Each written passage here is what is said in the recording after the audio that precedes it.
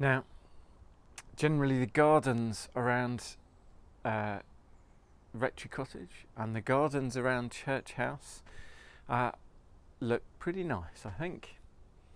But this is one of the messier corners. You always have to have that in a garden, don't you?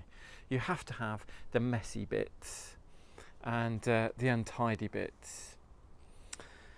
And you'll know if you've been watching some of the Sunday services and some of the thoughts for the day that over lockdown we've had a bit of a tidy up in parts of our garden and taken some of the really messy, junky bits of the garden that was just full of rubbish, and I think we transformed it a bit and made it look really lovely.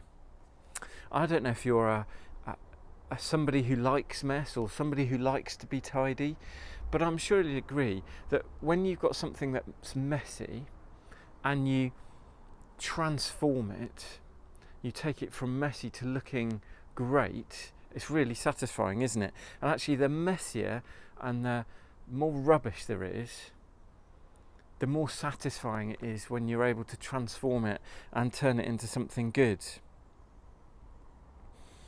Now, in the book of Luke, we read the story of a meal that Jesus is having with some Pharisees. And at that meal, we read of a woman who comes into the meal, comes to the table, and using very expensive perfume, does something which the Pharisees forgot to do entirely. She washes Jesus' feet. That and her tears wash Jesus' feet, and she dries them with her hair. Now, this woman lived a very messy life. We're told that she was a sinful woman. The Pharisees were angry at Jesus for letting the woman wash his feet, because they said she's lived a sinful life. It may well be that she was a prostitute or something like that. But somebody who really, in terms of messiness and sinfulness, was the lowest of the low. Somebody who had lived such a sinful life that the Pharisees couldn't possibly see how Jesus would be interested in her at all. And yet this woman comes in, washes Jesus' feet with the expensive perfume, and her tears dries his feet with her hair.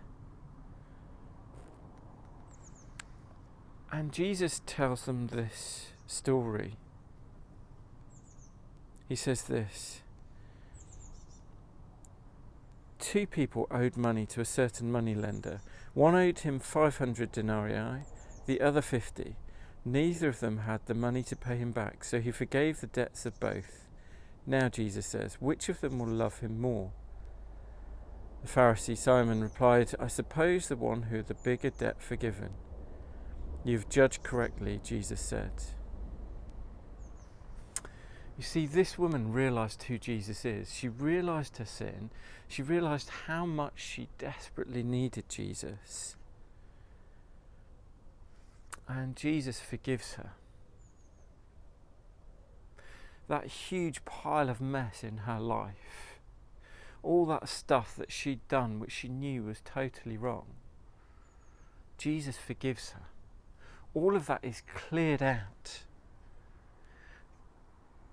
The amazing feeling of Jesus removing that rubbish and that sin from her life, wiping the slate clean. That's what that woman knew in the forgiveness of Jesus at that point.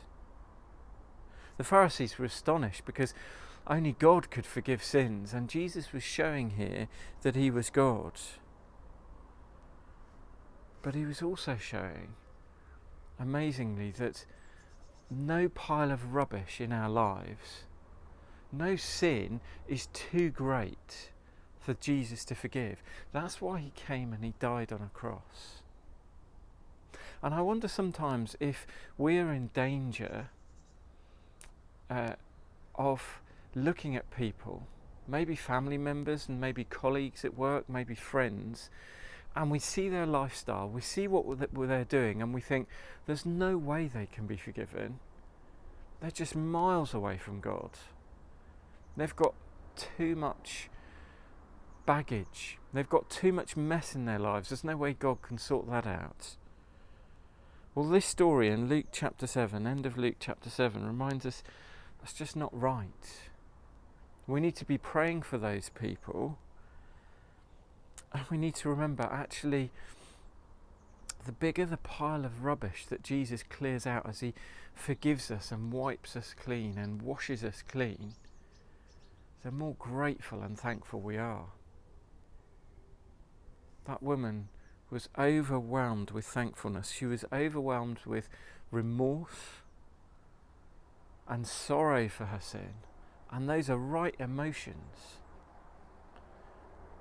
But also, she knew that Jesus could take that sin away. Let's never think that somebody is too far gone, that somebody's pile of sin is too big. Actually, if we start to think like that, we need to look very closely and very seriously at ourselves. Let's remember Jesus who comes to forgive. Jesus who has power to forgive.